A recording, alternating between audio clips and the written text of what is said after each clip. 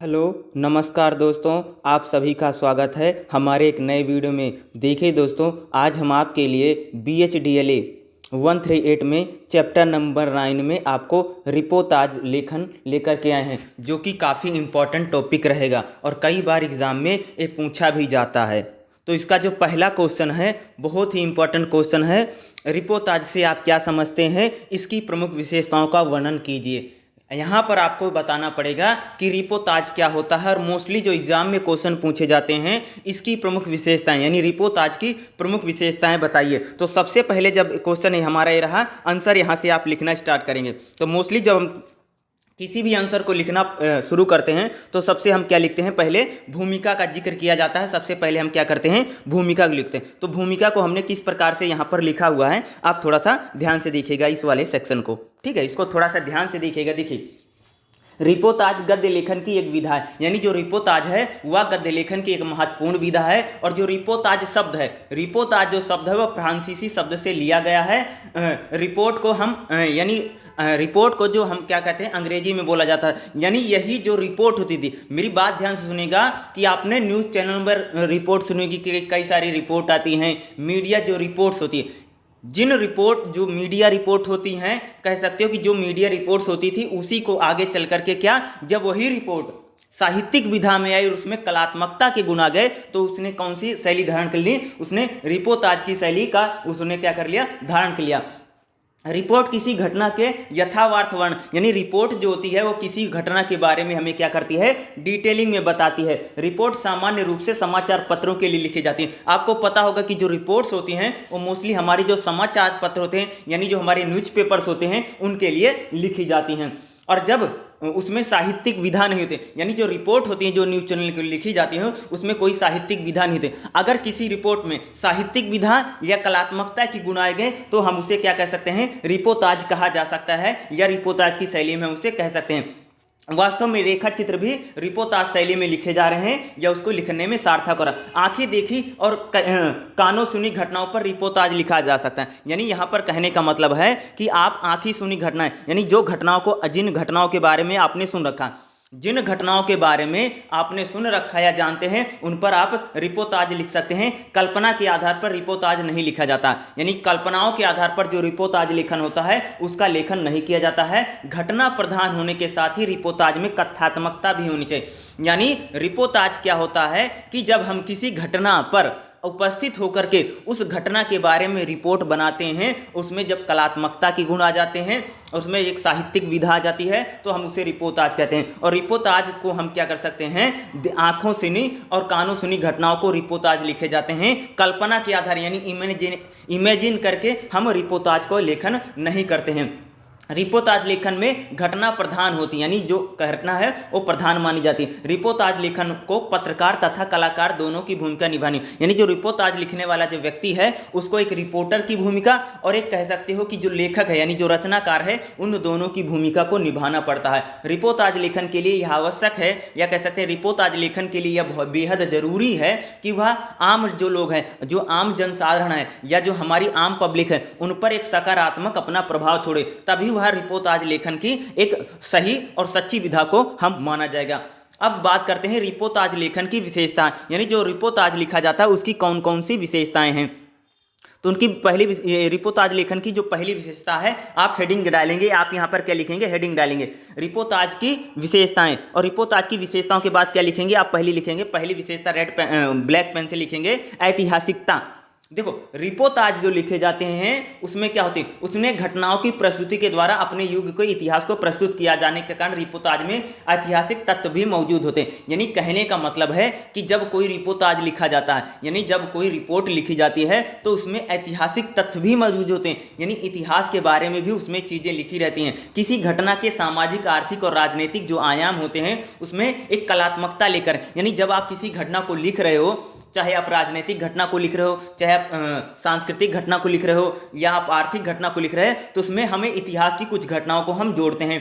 Reportage में वर्णित घटनाएं स्वयं लेखक द्वारा लिखी गई होती, इसलिए वह उन घटनाओं के सभी पहलुओं से अवगत होता। देखो, जो रिपोर्टाज लिखने वाला जो हमारा लेखक होता है, जो हमारा राइटर होता है, वह घटना स्थल पर मौजूद होकर के उसने सारी चीज़ों को देखा है। इसलिए जब रिपोताज वह लिखता है तो घटना के सभी महत्वपूर्ण पहलुओं को, या कह सकते हो कि सभी इंपॉर्टेंट पॉइंट को रचनाकार जो होता है उसको लिखता है। मान लीजिए कोई ऐतिहासिक घटना लिख रहा है तो मान लीजिए उसमें कोई ऐसा कैरेक्टर उसने बहुत साहस का काम किया है, पराक्रम का काम किया है या वीरता का काम किया, तो उसके पराक्रम और वीरता को वहां पर रेखांकित किया जाता है या बताया जाता है। यानी रिपोताज लेखन में अगर देखेंगे तो ऐतिहासिक तथ्यों को भी कई बार लिखा जाता है, और रिपोताज में जो ऐतिहासिकता होती है उसको हम जो हिस्ट्री के जो हमारे कैसे हीरो रह चुके हैं या कोई घटना किसी व्यक्ति के बारे में लिख रहे हैं तो हम उसके एक प्रकार की जीवंत घटना के रूप में प्रस्तुत करने का क्या करते हैं, प्रयास करते हैं, या प्रयास हमारा किया जाता। अगली जो आपकी मूल हेडिंग रहेगी, मुख्य हेडिंग आपकी क्या बनेगी, अगली जो ए देखिए यहां पर आप देखेंगे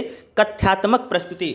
कथ्यात्मक प्रस्तुति का मतलब ये होता है कि जब रिपोताज लिखा जाता, कोई भी रिपोताज लिखा जाएगा तो कथा के रूप में यानी कहानी के रूप में हम उसको लिखने की कोशिश करते हैं। मान लीजिए आपने कोई घटना देखी, आप किसी घटना के बारे में आप वर्णन करें, तो आप उस घटना के बारे में जब लिखेंगे तो एक कहानी बना करके, स्टोरी बना करके उस तरह से कहीं कहीं उसको प्रस्तुत किया जाता है। रिपोताज में एक या उससे अधिक घटना होती है। आपको पता हो कि जब किसी घटना के बारे में लिखा जाता है, किसी चीज़ के बारे में हम डिटेलिंग में लिखते हैं तो उसमें कई सारी घटनाएं शामिल होती हैं। उसी प्रकार से जब रिपोताज लिखा जाता है तो उसमें कई सारी घटनाएं होती हैं। घटनाओं को कथ्यात्मक प्रस्तुति के रूप में प्रस्तुत करना एक प्रमुख, यानी रिपोताज लेखन में जो भी घटनाएं होती हैं हम उसको कथ्यात्मक रूप में, कथ्यात्मक रूप का मतलब होता है हम उसे एक कहानी के रूप में प्रस्तुत करते हैं।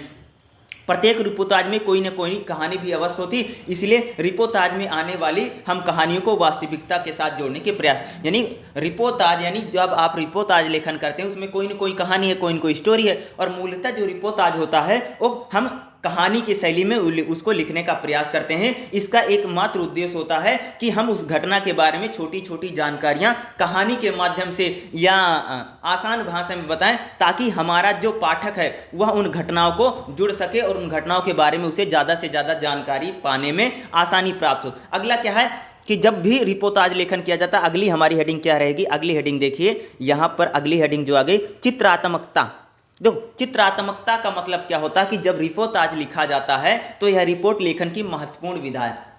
मान लीजिए आप रिपोर्ट लिख रहे हैं, आप किसी उस रिपोर्ट को कहानी के बारे में बता रहे हैं, लेकिन जब आप कहानी लिख रहे हैं, बता रहे हैं, जब उसमें फोटो और विजुअल ऐड कर लेंगे, यानी जब उसमें फोटो और विजुअल ऐड हो जाएंगे तो शायद हमारा जो दर्शक होगा या कह सकते हैं कि जो पढ़ने वाला होगा उसको समझने में ज़्यादा।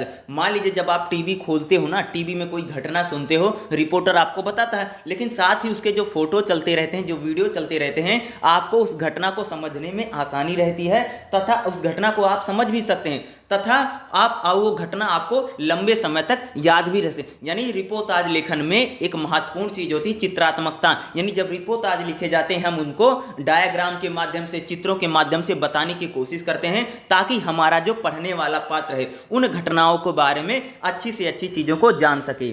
ठीक है, यह रिपोताज की महत्वपूर्ण विशेषता है। इसकी विशेषता के कारण ही रिपोताज में रेखा चित्र के निकट, यानी रिपोताज लेखन रेखा चित्र, यानी इसमें फोटो विजुअल का हम ज़्यादातर यूज करते हैं। प्रभावपूर्ण चित्रों में छोटी छोटी घटनाओं आकर के ग्रहण, यानी जब यानी हम क्या करते हैं, जब छोटी छोटी घटनाओं को चित्रों के माध्यम से बताते हैं तो हमारे पाठक पर एक अच्छा प्रभाव पड़ता है और पाठक के मन में चित्र अंकित कर लेते हैं, और चित्रों के माध्यम से वह समूची घटना को समझने में उसको क्या रहती है, आसानी मिलती है, और वह किसी भी घटना के बारे में आसानी से समझ सकता है या घटना के बारे में उसको अधिक से अधिक जानकारी हो सकती है। अगला क्या होगी, रिपोताज लेखन में जो मुख्यता है, अगली हेडिंग क्या रहेगी हमारी, विश्वसनीयता।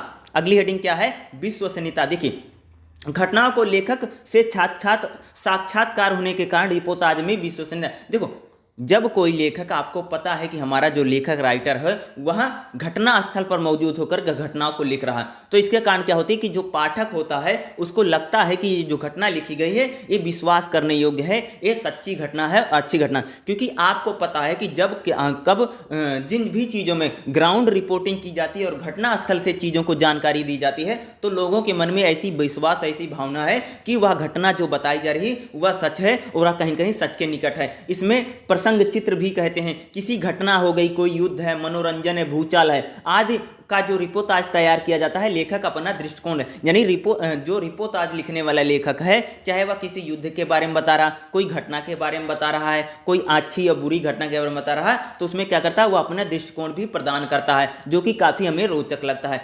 इसमें महत्वपूर्ण बात यह है कि लेखक जो हमारा होता है, रिपोर्टाज जो लिखता है, वह क्या करता है, वह घटना स्थल पर मौजूद रहता है और इससे हमारा जो पाठक होता है उसके मन में ऐसी भावना रहती है कि जो रिपोर्टाज लिखा गया है वह विश्वास करने योग्य है या उसमें विश्वास किया जा सकता है। एक साधारण समाचार को कलात्मक रूप से रिपोर्टाज की शैली में प्रस्तुत किया जाता है और इससे रोचकता भी आती है, और हमारे दर्शक को ये पता है, या कह सकते हैं जो हमारा पाठक है उसको ये पता है कि जो हमारा राइटर है वो घटना स्थल पर मौजूद होकर के ही हमें जानकारी दे रहा है, इसलिए हम इस घटना पर विश्वास कर सकते हैं। रिपोर्टाज में अगर कह सकते हैं विश्वसनीयता, तो मोस्टली सभी माध्यमों में एक चीज़ होनी चाहिए, अगर पाठक को विश्वसनीयता बनी रहती है तो पाठक आपके साथ क्या रहेगा, हमेशा जुड़ा रहेगा, और उसका जो जुड़ाव रहेगा लंबे समय तक आपके लिए बना रह सकता है।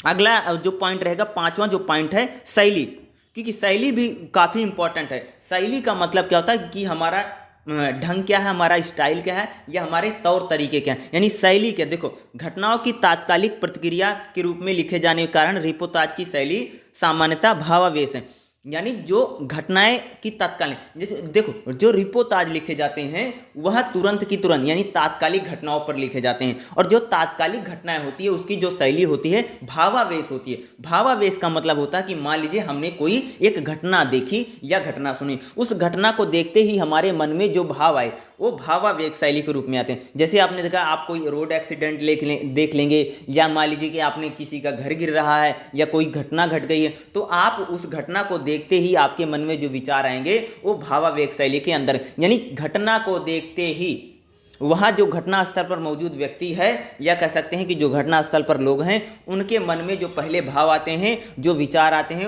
उसी शैली में कह सकते हैं रिपोर्टाज को लिखा जाता है।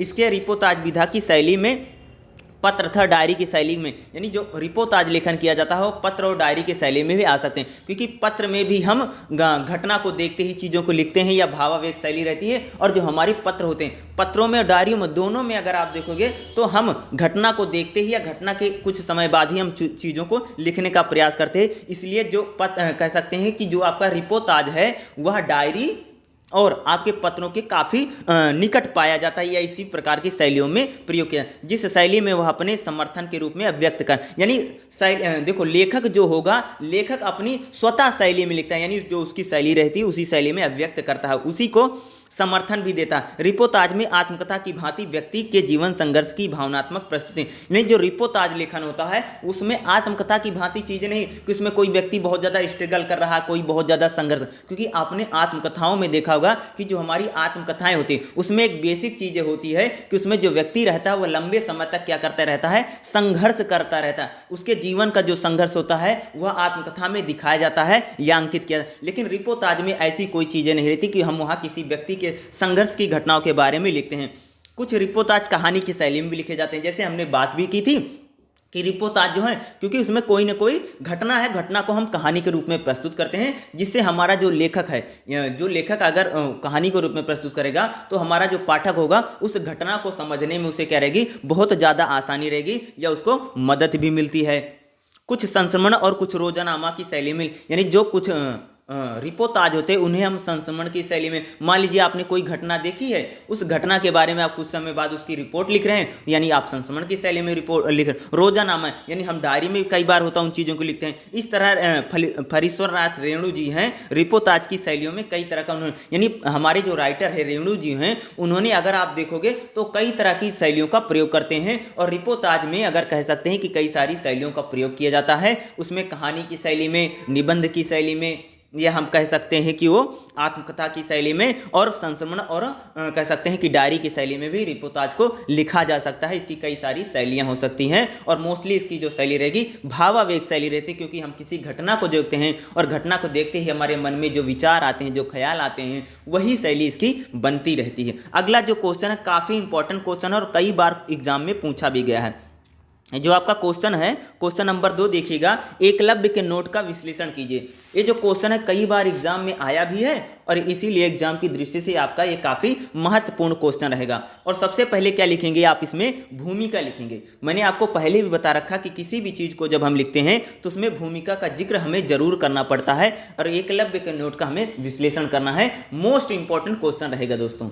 देखो, एकलव्य के नोट का प्रकाशन उपेंद्र नाथ के अश्वक द्वारा संपादित कलाम, यानी जो उपेंद्र एकलव्य के जो नोट हैं वो एक प्रकार का न्यूज़पेपर है, उसमें प्रकाशित किया गया था 1985 में। रेणु के अन्य रिपोताजों में यह संरचनात्मक रूप से भिन्न है, यानी रेणु जी ने जितने भी रिपोताज लिखे हैं उनसे यह हमें थोड़ा भिन्न दिखाई देता, जिसमें एक गांव की घटनाओं के बारे में बताया गया है, जिसमें गांव में नए नए परिवर्तन हो रहे हैं और गांव की बारीकियों को चित्रित किया गया है। एकलव्य के नोट को श्रुत असूत्र संग्रह की महत्वपूर्ण, यानी कह सकते हैं जो रेणु जी का जो रिपोताज है ये काफ़ी महत्वपूर्ण है, जिसमें गांव की एक सच्ची घटनाओं के बारे में बताया गया है, जिसमें धरती परिकठा को केंद्र में पारनपुर गांव की एक कहानी के, यानी गांव बिहार का एक इलाका है, बिहार का एक गांव है, उस घटना में जो नवीन नवीन परिवर्तन हो रहे हैं उन परिवर्तनों के बारे में अगर हम कह सकते हैं उनको यहाँ पर दिखाया गया है। और एकलव्य के नोट में गांव की राजनीतिक, सामाजिक और व्यवहारवार ढंग से, यानी कह सकते हैं ब्यौरेवार ढंग से ब्यौरा दिया गया, यानी कह सकते हैं कि इस संस्मरण में अगर एकलव्य के नोट में हम कह सकते हैं कि गांव की जो परिस्थितियां हैं वो परिस्थितियां किस तरह से बदल रही हैं, उन परिस्थितियों के बारे में विस्तार पूर्वक या ब्यौरेवार ढंग से उन चीज़ों के बारे में बताया गया। अगला क्या है, प्रतिपाद्य। अगला जो आपकी हेडिंग क्या बनेगी दोस्तों, प्रतिपाद्य बनेगी। प्रतिपाद्य भी क्या रहती है, मूलतः हेडिंग आप क्या बनेंगे, प्रतिपाद्य। ठीक है, तो देखिए प्रतिपाद्य क्या है इसका। पूरनपुर बिहार के पूर्णिया जिले का एक बड़ा सा गांव है, यानी जो पूरनपुर की घटना है, ग्रामीण अंचल की घटना है, जो बिहार का जो पूर्णिया जिला है वहाँ की घटना है।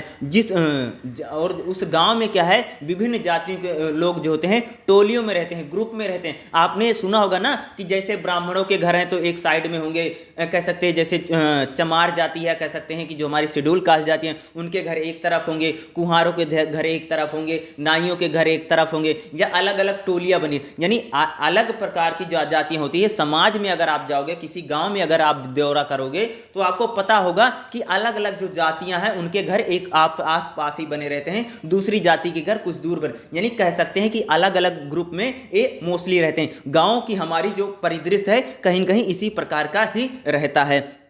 अगला जो आपका रहेगा, प्रतिपाद्य किसे कहते हैं, यानी देखो किसी भी रचना को लिखने के लिए जो हमारा लेखक है, जो हमारा राइटर है, वो अगर किसी उद्देश्य से प्रेरित होकर के लिखता है वही उसका प्रतिपाद्य। यानी जब कोई राइटर, जब कोई लेखक, जब कोई रचनाकार या निबंधकार या कहानीकार किसी घटना से प्रेरित होकर के, किसी घटना से प्रेरित होकर के किसी कहानी को, निबंध को, नाटक को या किसी साहित्यिक विधा में अगर कुछ लिखता है तो उसका प्रतिपाद्य होता है। यानी जिस उद्देश्य से प्रेरित होकर के उसको रचना को लिखा जाता है वही उसका क्या होता है, प्रतिपाद्य होता है। इसकी जो पहली हेडिंग क्या है, गांव की स्थिति। अगर इस कह सकते हैं रिपोताज में देखें तो हमें क्या दिखता है, एक गांव की घटना के बारे में, गांव की स्थिति के बारे में बताया गया है कि गांव की स्थिति कैसे है। वहां पर गांव की स्थिति में विस्तार पूर्वक ब्यौरा दिया गया है, जिसमें बताया भी गया है कि गांव में कितने लोग हैं। लगभग 8 ग्रेजुएट हैं, 50 मैट्रिक हैं, 100 मिडल पास हैं,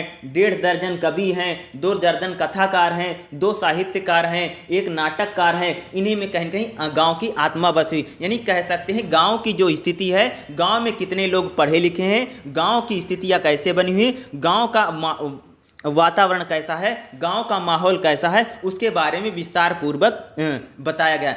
और फिर कह सकते हैं महिलाओं की स्थिति के बारे में भी बताया गया, यानी इसमें कह सकते हैं रेणु जी ने उस गांव की महिलाओं की स्थिति के बारे में विस्तार पूर्वक बताया है। और उसमें बताते हैं कि दलितों और स्त्रियों की जो स्थिति है वह काफ़ी अच्छी नहीं, काफ़ी बदतर खराब बनी हुई है, बल्कि स्त्रियों में शिक्षा के प्रति जो रुझान है वह उसके इंगित करते हुए बताते हैं। यानी कहते हैं कि गाँव में जो है दलित और विशेषकर जो महिला हैं उनमें जो शिक्षा की पढ़ने का उद्देश्य है वो धीरे धीरे शिक्षा के प्रति वो इंगित करते हुए बताते हैं वो क्या हो रहा, बढ़ रहा। यानी महिलाओं की जो स्थिति है वह क्या हो रही है, शिक्षा के प्रति जो उनका रुझान है वह काफ़ी बेहतर हो रहा और एजुकेशन के प्रति उनका जो रुझान है वह काफ़ी बढ़ रहा है। और इस एजुकेशन को लेकर के उनके मन में ये है, और एजुकेशन को लेकर के महिलाएं जो हो रही हैं उस गाँव की क्या हो रही, जागरूक हो रही। पिछले वर्ष ही एक हरिजन लड़की यानी एक लड़की ने जो दलित कास्ट की यानी शेड्यूल कास्ट की जो लड़की है उसने क्या किया है, पढ़ लिख करके बीए पास कर लिया है। और एक गांव में कह सकते हैं महिलाओं के लिए बहुत गौरव की बात है। इससे काफ़ी महिलाएं जो हो रही काफ़ी प्रभावित हो रही हैं। एक उसने पढ़ लिख लिया। गांव के सभी लोग क्या है, महिलाओं के बारे में कई प्रकार की बातें करते हैं, लेकिन महिलाओं की स्थिति काफ़ी बेहतर नहीं है। दलितों की स्थितियां काफ़ी खराब है गाँव में। लेकिन गाँव में एक अच्छा काम हुआ है कि गाँव की एक लड़की ने अभी अभी हाल ही में बीए पास कर लिया है, जिससे गाँव में लड़कियों में एजुकेशन यानी शिक्षा को लेकर के एक उत्साह और कह सकते हैं उमंग हमें दिखाई देती है। और दूसरी बात कहते हैं कि गांव में क्या है, महिलाओं के बारे में, लड़कियों के बारे में तरह तरह की बातें होती या तरह तरह के लोगों के विचार वहां पर व्याप्त हमें दिखाई देते हैं। नेक्स्ट हमारा शिक्षण संस्थान में भ्रष्टाचार, क्योंकि आपको बता दें जिस गांव की घटना के बारे में यहाँ पर बताया गया है उस गांव में एक प्राइमरी स्कूल था, एक सरकारी स्कूल था। उस सरकारी स्कूल में जो है कह सकते हैं जितनी भी चीज़ें आती सरकार जो जितनी भी सुविधाएं देती हैं उन सारी चीज़ों को क्या कर लिया, गाँव के लोग अपने यूज करने के लिए उठा लेते हैं। यानी उस गाँव में पुस्तकालय है, पुस्तकालय की पुस्तकें उठा ले जाते हैं, रेडियो है रेडियो उठा ले जाएंगे, पंखे हैं पंखे उठा ले जाएंगे। यानी कह सकते हो कि गाँव में जो एजुकेशन है, शिक्षण संस्थान है, उसमें जो भ्रष्टाचार है व्यापक रूप से पनपा हुआ है। यानी जो स्कूल है उसकी जो चीज़ें हैं उसको मंगवाने के लिए जो पैसे आते हैं सरकारी, उस पैसों को क्या है अधिकारी जो हैं उसको खा जाते हैं, तथा जो गांव के लोग हैं जो उनसे कुछ बचा हुआ स्कूल में जो भी चीज़ें सरकार की तरफ से मुहैया करवाई जाती हैं उन सारी चीज़ों को गांव के लोग अपने यूज के लिए उठा ले जाते हैं। और गाँव में कोई भी जो हेडमास्टर है वो 2 या 3 वर्षों से ज़्यादा टिकता नहीं है। और यानी कह सकते हैं कि जो स्कूल की स्थिति है वह काफ़ी बदतर बनी हुई, क्योंकि स्कूल में जो कह सकते हैं कि जो इंफ्रास्ट्रक्चर है वो कह सकते हैं जो डेस्क है, बेंच है, जो वहां पर इंस्ट्रूमेंट हैं पढ़ने पढ़ाने के लिए, उन सारी चीजों को गांव के लोग अपनी इस्तेमाल करने के लिए उन्होंने अपने घर ले जाकर चले गए हैं। जातिवादी राजनीति, यानी कह सकते हैं गांव में क्या है, जातिवाद बहुत ज्यादा है और जातिवादी राजनीति हमें बहुत ज्यादा देखने को मिलते हैं। गांव का विकास करने के लिए जो थोड़ा सा पैसा आता है वह जातिवादी राजनीति की भेंट चढ़ जाता है या जातिवादी राजनीति में ही फंसा रहता है। यानी जब गांव के विकास के लिए कोई पैसा आएगा तो उच्च वर्ग होगा अपना काम करेगा, बल्कि वहां की जो दलित जातियां हैं या शेड्यूल कास्ट जो जातियां हैं उनको किसी भी प्रकार की सुविधाएं नहीं मिल रही हैं।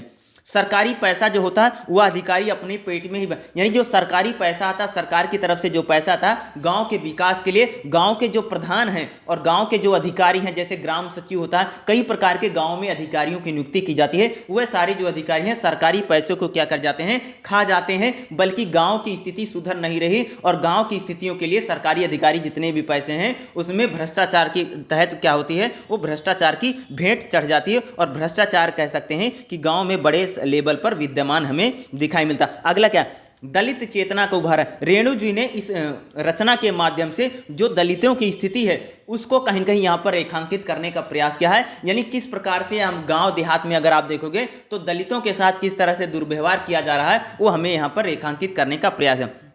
दलित वर्ग को मर्यादित करना, क्योंकि गांव में क्या है, एक नाटक होता है, एक टोली है। गांव में क्या है, एक नाटक की टोली है जिसमें उच्च वर्ग के लोग या स्वर्ण जातियों के लोग और दलित जातियों के दोनों के लोग हैं। लेकिन क्या होता है, दलित जातियों के जो लोग हैं उनको मर्यादित करके रखा गया है, क्योंकि गांव की जो रंगमंच की टोली है, जो नाटक की टोली है, उसमें जितने भी बड़े कह सकते हैं कि जितने अच्छे अच्छे पात्र हैं, यानी जितने अच्छे अच्छे रोल हैं, उसने क्या कर लिया, गाँव के स्वर्ण जातियों ने ले लिए हैं। बल्कि कह सकते हैं दलितों को छोटे छोटे जो रोल हैं, छोटे छोटे जो पात्र हैं, जैसे उसमें साइड रोल जो है वही उनको दिया जाता है, बड़े पात्र उनको कभी मिलता नहीं है। ऊंच नीच का भेदभाव, गांव में अगर आप देखो, गांव की स्थिति में अगर देखें तो ऊंच नीच का बहुत ज़्यादा भेदभाव है। गांव पूरा जातियों में बटा हुआ है, बल्कि वहाँ छुआछूत भी बड़ी संख्या में फैला हुआ हमें दिखाई देता है। अगला क्या है, 25 साल से चंदा लिया जा रहा। यहां कह सकते हैं कि जो गांव की टोली है, जो नाटक की टोली है, उसके चलाने के लिए लगभग 25 वर्षों से चंदा लिया जाता। चंदा सभी से लिया जाता, चाहे उच्च जाति का लोग हो चाहे निम्न जाति का है, सभी से लिया जाता है। लेकिन अगर आप देखेंगे तो वहां चंदा तो सभी से लेते हैं, लेकिन जो मुख्य पात्र हैं यानी हीरो का रोल है वह कभी भी दलित जातियों को नहीं मिला है, या दलित जाति का किसी भी व्यक्ति ने हीरो का रोल या हीरो का जो नाटक है उसने कभी किया नहीं। यानी कह सकते हैं चंदा तो सभी जातियों को लोगों से लिया है उन्होंने, लेकिन जो मेन रोल है वह उच्च जाति के लोग जो हैं, स्वर्ण जातियों के जो लोग हैं उनको ही मिलता। हीरो का रोल कभी भी दलित जाति के किसी व्यक्ति को मिला नहीं।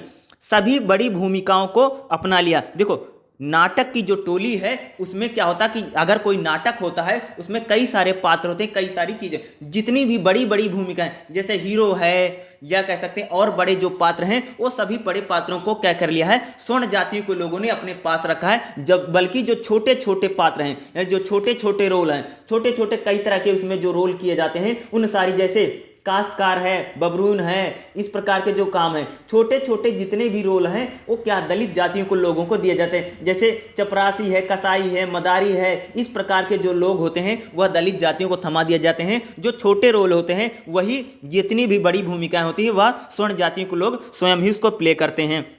अगला क्या आपका मुख्यतः रहेगा, भाषा शैली।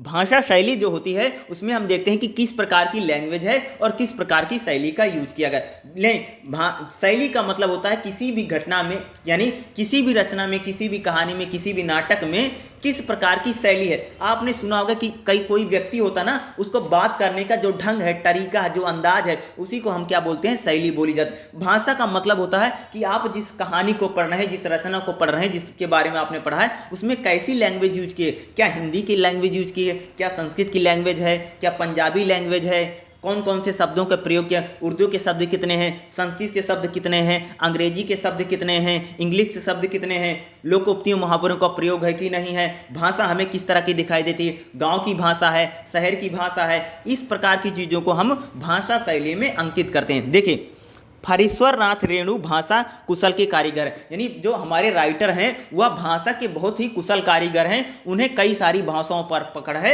वह भाषा के एक अच्छे जानकार हैं। अपने कथ्य के अनुरूप भाषा को जैसा चाहते हैं वैसा माहिर हैं। यानी कह सकते हैं कि जो हमारे राइटर रेणु जो हैं उनकी जैसा कथ्य है, यानी जैसी घटना होती है, जैसी कहानी होती है, वह कहानी के अनुसार ही भाषा को बना ले। यानी भाषा में हमारा जो राइटर है, जो लेखक है, वह भाषा का कह सकते हो कि उसमें बहुत ही बड़ा जानकार है। वह कहानी के अनुसार, नाटक के अनुसार, रिपोर्टाज के अनुसार अपनी भाषा को वह खुद गढ़ लेता, खुद बना लेता। अपनी रचनाओं में रेणु जी ने अपनी अपनी भाषिक क्षमता का भरपूर पड़े। यानी आप अगर हम इस रिपोर्टाज में देखें, जो एकलव्य के नोट जो रिपोर्टाज है, उसमें कह सकते हैं रेणु जी ने अपनी भाषिक क्षमता, यानी उनका रेणु जी की भाषा पर कितनी पकड़ है, कितना उनका ज़्यादा होल्ड है, उसका उन्होंने यहाँ पर भरपूर परिचय दिया।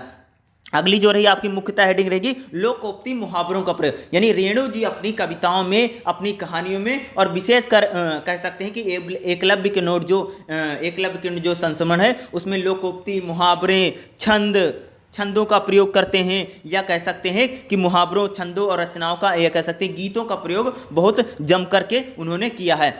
यानी गीतों का प्रयोग, दोहों का प्रयोग, यानी लोकोक्ति, मुहावरों, गीतों, छंदों, तत्सम, तद्भव आदि सभी चीज़ों का उन्होंने जमकर के प्रयोग किया है, या एक कुशल रचनाकार कह सकते हैं। अगला जो आप लिखोगे, कई सारी भाषाओं का, देखो फरीश्वर नाथ रेणु जी की अगर हम चर्चा करें तो उन पर कई भाषाओं के जानकार हैं। वो नेपाली भाषा को भी लिखते हैं, मैथिली भाषा, हिंदी भाषा, ब्रज भाषा। रेणु जी ने अपनी रचनाओं को कई सारी भाषाओं में लिखा है, क्योंकि रेणु जी की जो मूल पृष्ठभूमि थी बिहार थी, तो इसलिए भोजपुरी, मैथिली, मगही, हिंदी, ब्रज, खड़ी बोली, कई सारी भाषाओं पर उनकी पकड़ रही है। उनकी जो रचनाएं रही उनमें हमें कई प्रकार की भाषाओं को देखने को मिलता है। उनकी जो भाषा है भावानुकूल है, सरल सरज है, या सरल और सरस है, और कह सकते हैं कि पाठक पर एक अनुकूल और अच्छा प्रभाव डालने वाली भाषा का प्रयोग करते हैं।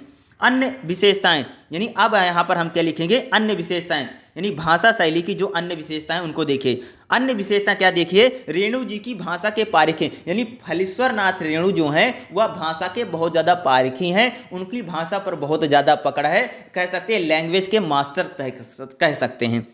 गांव के सुंदर दृश्य पर इस घटना में फरीश्वर राय रेणु जी ने गांव की जो घटना है उसका सुंदर चित्रण भी किया है और गांव में किस तरह जातिवाद है, जिस तरह भ्रष्टाचार है, किस तरह गांव की सरकारी योजनाओं को अधिकारी लोग खा ले जाते हैं, गांव में जो स्कूल है उसकी सारी चीज़ों का गांव के लोग प्रयोग कर रहे हैं, अपने घरों के लिए उठा के लेके आए हैं। तमाम तरह की चीज़ों का उन्होंने सुंदर और कह सकते हैं मनमोहक ढंग से उन्होंने चित्रण किया है या उसको प्रस्तुत किया है। जनता की सुविधा के अनुरूप रेणु की भाषा को ढाल, यानी जनता को जिस भाषा में अच्छा लगता है, जनता की जो भाषा होती है, यानी इनको हम जन कवि कह सकते हैं, और जनता की जो भाषा होती है उसकी वह मूल भाषा में फलीश्वर राय रेणु जी अपनी रचनाओं को लिखते हैं। और एकलव्य के नोट में उन्होंने जो भाषा का जिक्र किया है वह जनता और पाठक के अनुरूप है, ताकि उनकी भाषा को पाठक आसानी से पढ़ सके और पाठक को हमारा प्रभावित किया जा सके। और पाठक पर वो क्या करते हैं, अपना एक कह सकते हैं कि अपना एक आकर्षण हमें दिखाई देता है, और जनता कह सकते हैं आम जनता जो है वह फलीश्वर राय रेणु जी के लेखों को पढ़ने के लिए बहुत ज्यादा उत्सुक भी बनी रहती है। तो आपका चैप्टर नंबर जो 9 था उसमें जितने भी 2 क्वेश्चन थे, हम 2 क्वेश्चनों के बारे में या कह लीजिए 3 क्वेश्चन उनके बारे में चर्चा कर रहे थे। पहला क्या था, रिपोताज क्या होता है, रिपोताज की विशेषताएं बताइए, कई बार इंपॉर्टेंट रहेगा दोनों क्वेश्चन। तीसरा क्वेश्चन हम कह सकते हैं एकलव्य के नोट का विश्लेषण कीजिए या एकलव्य के नोट की भाषा शैली और प्रतिपाद बताइए। जब इस टाइप से क्वेश्चन आएंगे तो आपको यही सारी बातें लिखनी पड़ेंगी। तो आपको वीडियो कैसे लगा ये हमें जरूर बताइएगा, और वीडियो को देखने के लिए आप सभी का बहुत बहुत धन्यवाद। इसको लिखने में, वीडियो बनाने में बहुत सारी मेहनत लगती है, बहुत सारी काम करना पड़ता है, इसलिए अगर आपको वीडियो अच्छा लगा होगा तो चैनल को जरूर सब्सक्राइब कर दीजिएगा। वीडियो को देखने के लिए आप सभी का बहुत बहुत धन्यवाद। Thank you so much.